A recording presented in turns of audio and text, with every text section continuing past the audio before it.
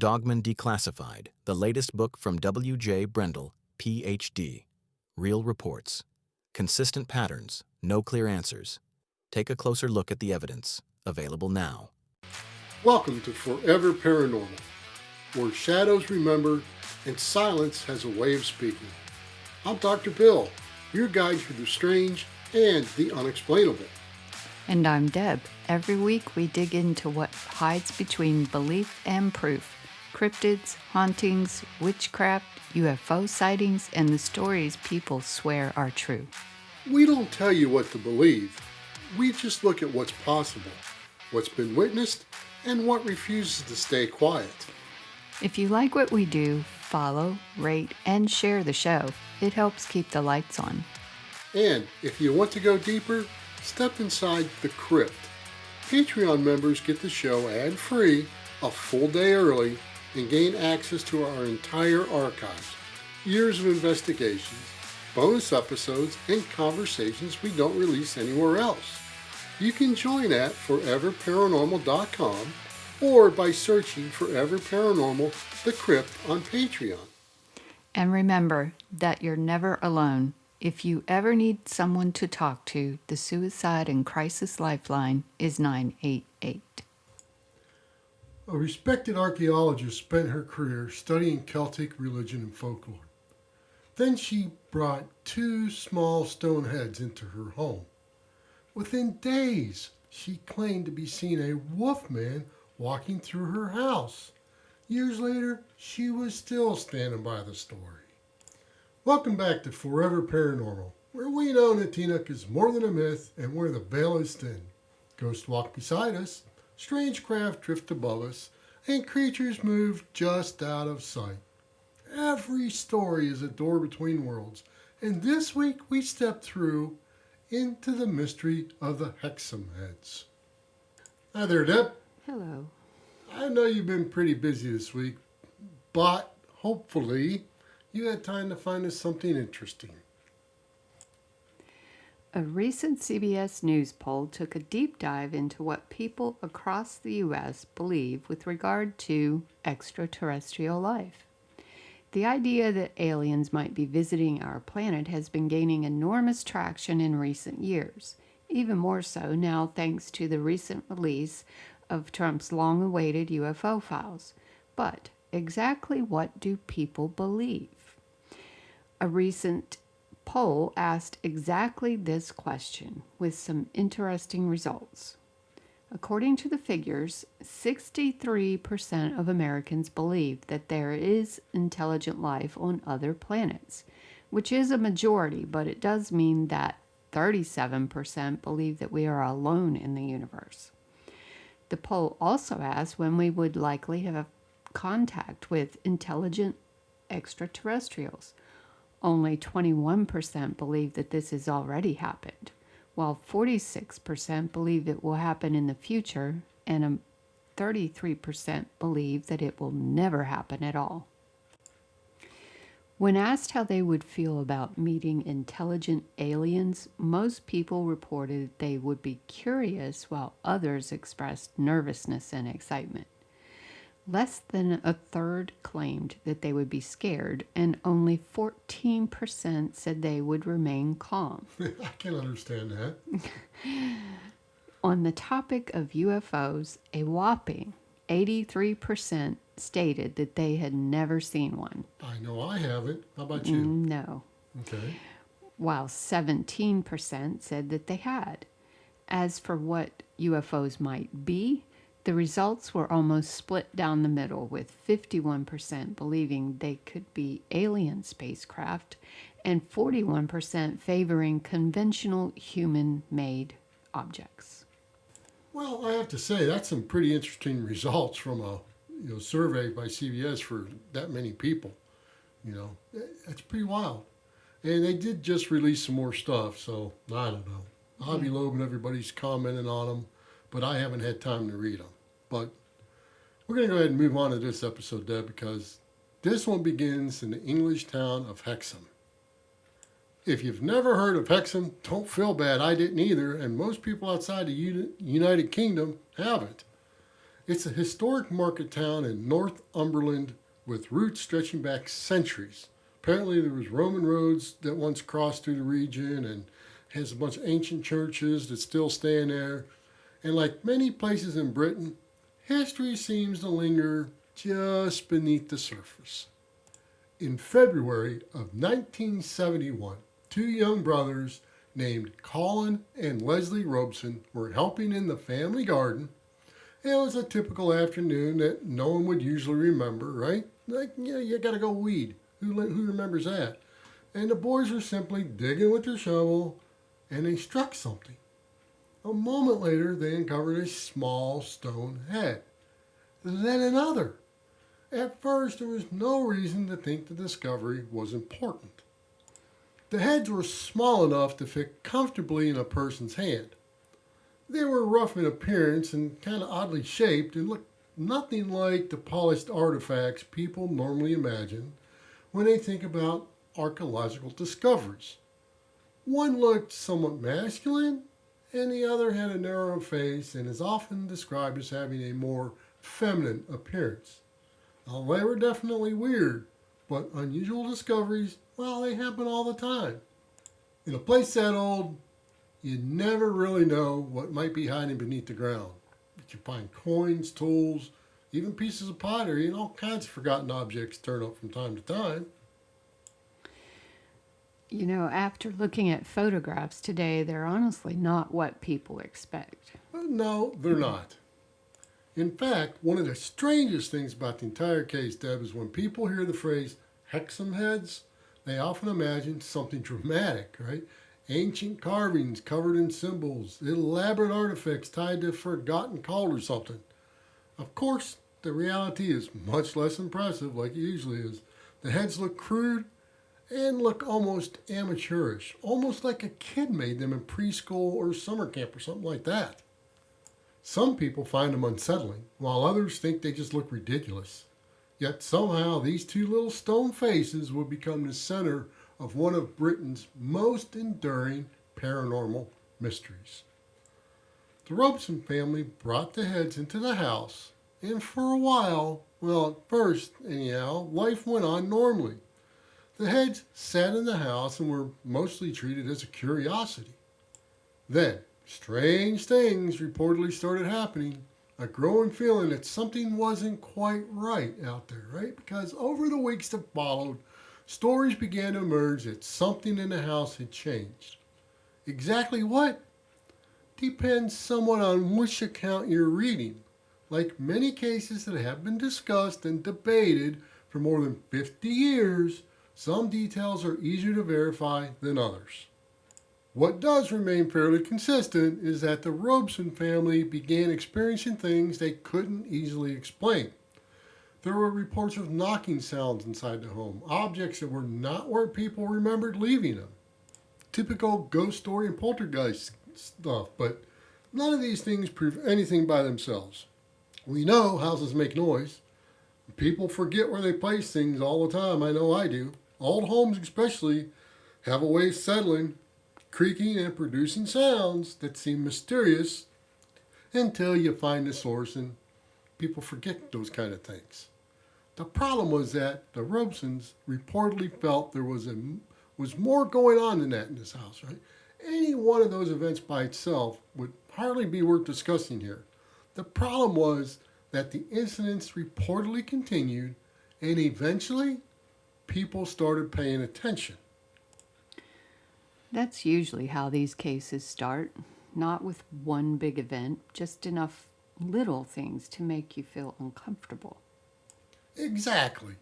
Most people don't wake up one morning and decide their house is haunted, right? They arrive at that conclusion slowly.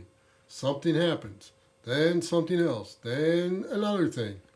Eventually, people stop looking at each event individually and start looking at a pattern. Whether that pattern is real or not is really often the question. In the case of the Hexham Heads, the heads themselves quickly became the focus, right? They were the new thing in the house, the unusual thing, the thing people kept coming back to whenever something strange happened. And honestly, It's really understandable. Because imagine you're sitting in your living room and somebody places two odd little stone heads on a shelf.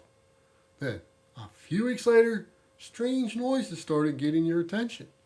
You might not immediately blame the heads, but eventually you're probably going to look at them and wonder.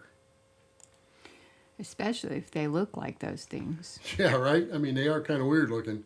And let's be honest, the Hexham Heads here are not winning any beauty contest. There's something inherently unsettling about them.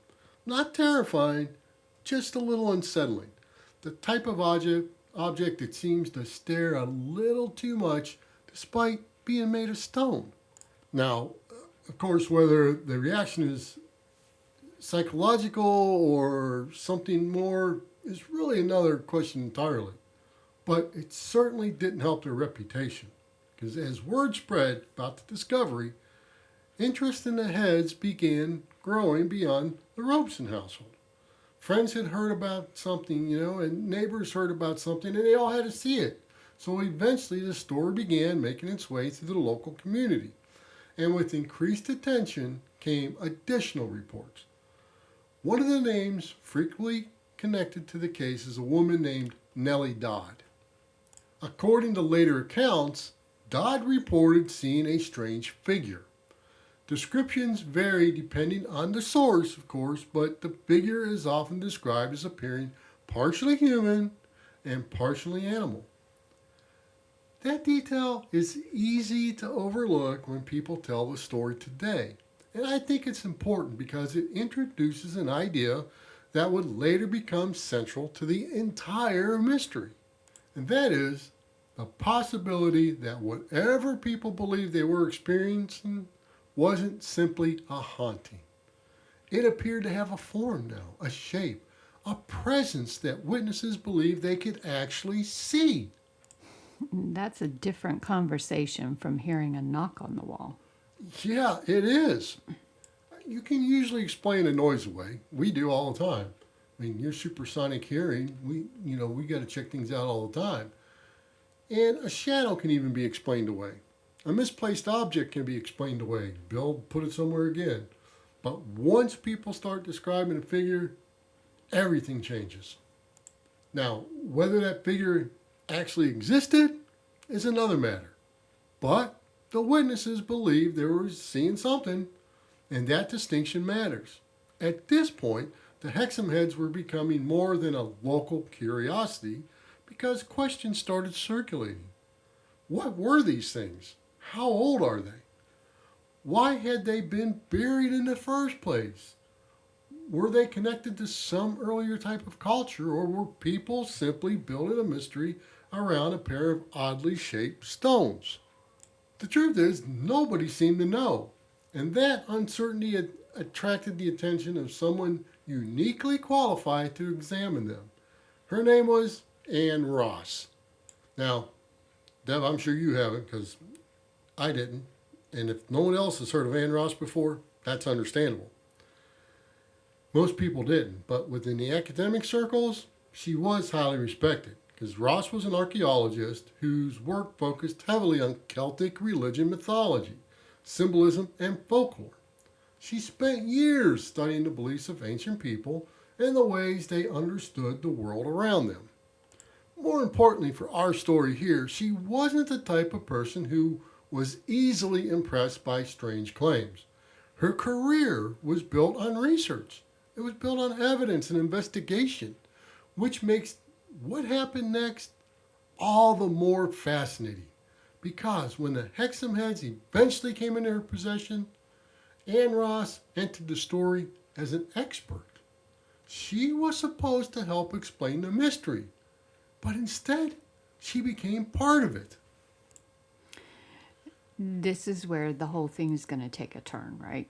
Yeah, you're right, and it really does, because up to this point, the story is interesting, but after Anne Ross, it becomes unforgettable. At some point, the heads were brought to Ross for examination, and there was nothing unusual about that. Researchers examine artifacts all the time. Objects move from one owner to another. Questions get asked. Opinions get offered. And normally that's the end of the process, right? But these heads weren't about to behave normally. No, not at all. For Ann Ross, what began as an academic curiosity would soon become something far more personal. But before we go any further, Deb, I think it's worth spending a moment to understand who she really was. Because if Ann Ross had been some random witness, the Hexham Heads would probably have faded into obscurity years ago. But Ross spent much of her professional life studying Celtic religion and mythology. She examined ancient symbols. She examined traditions and beliefs. Her work was respected. She lectured, wrote, and researched subjects that most people never encounter outside of a university classroom. In other words, she was already familiar with folklore. She understood how stories grow. She understood how legends evolve. She understood that people often connect unusual experiences to unusual objects. I mean, that background doesn't make her immune to mistakes, but it does make her testimony harder to dismiss, right? It does. It makes it very hard. She isn't somebody who just watched a horror movie and convinced herself something was lurking in the hallway. Well, yeah, I think that's probably a pretty good guess there. I don't think you just watched a horror movie, and that's a pretty good statement. And I think that's one of the reasons this case has survived for so long. People keep coming back to the same question. Why would someone with her background publicly tell a story that could potentially damage her reputation? I mean, she had very little to gain from it. At that time, Ann Ross wasn't becoming part of the story. She was simply examining the heads. Well, at least that was the plan. The heads eventually arrived at her home where she could study them more closely. At first, nothing seemed unusual. Life continued normally. The heads were simply just another object waiting to be examined, another puzzle to be considered and figured out. Then, one night, Ann Ross woke up, not gradually, not the way most people wake up in the middle of the night. According to her later account, she woke with the overwhelming feeling that something was wrong. And anyone who has ever experienced that kind of sudden awakening knows exactly what she meant. There are times when a sound wakes you. There are times when discomfort wakes you. And then there are times when you're suddenly awake before you even understand why. Ross later described feeling alarmed almost immediately, as though her attention had been pulled towards something. That's one of the creepiest parts to me. That feeling that something is wrong before you know what it is. Yeah, it is, because we've all experienced that at some point. Yes. Maybe it's a strange noise. Maybe it's somebody standing next to your bed. Maybe it's nothing at all. But that moment between waking and understanding can really become unsettling. Ross became aware of the movement. Something was moving through the house. At first, she wasn't entirely sure what she was looking at, because the figure was already heading away from her, moving toward the stairs. Then, she got a better look. What she later described was not a person. It wasn't just an intruder. It wasn't a shadow. According to Ross, the figure appeared to be both human and animal. It was large, dark, wolf-like, and moving through her home. Now, this is the point where many listeners are probably already forming an opinion. Some are, thinking maybe she just encountered something genuinely paranormal, or others are thinking sleep paralysis or some dream state hallucination, maybe some weed, I don't know.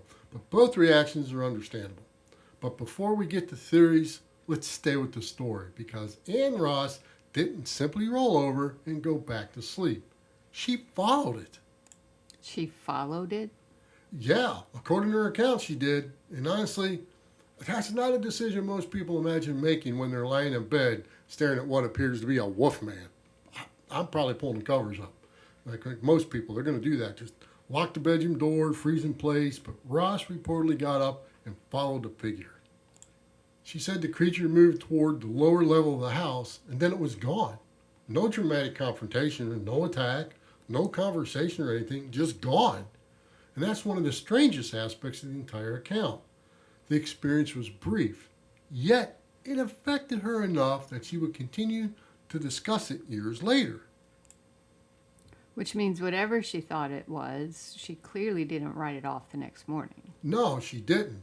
And things become even more complicated when another experience was reported inside the house, because according to Ross, her daughter later encountered something very similar. And this is where many of the simpler explanations become run into problems, that like sleep paralysis and dreams and things like that, because a single witness can misinterpret something. A single witness can dream, a single witness can fill in details after the fact, but when separate experiences begin appearing with the same story, the entire conversation changes. And not because it proves anything, because it doesn't, but because it raises additional questions. Ross's daughter reportedly described seeing a dark figure on the stairs, a figure similar enough to what Ross had described that it immediately caught her attention. And unlike her mother's experience, this reportedly occurred while Ross herself wasn't even home. She was gone. So now you're dealing with two witnesses who both think they saw something. Exactly. And again, that doesn't prove the existence of a wolfman, but it does complicate the idea that everything can be explained by a single dream or a moment of confusion or something like that, something simple. What makes the story even more interesting is that Ross continued speaking about these experiences publicly. She didn't quit, and go quietly and bury the story. She didn't refuse interviews. Years later, she would still be discussing what happened. And that brings us to a question that has never really gone away.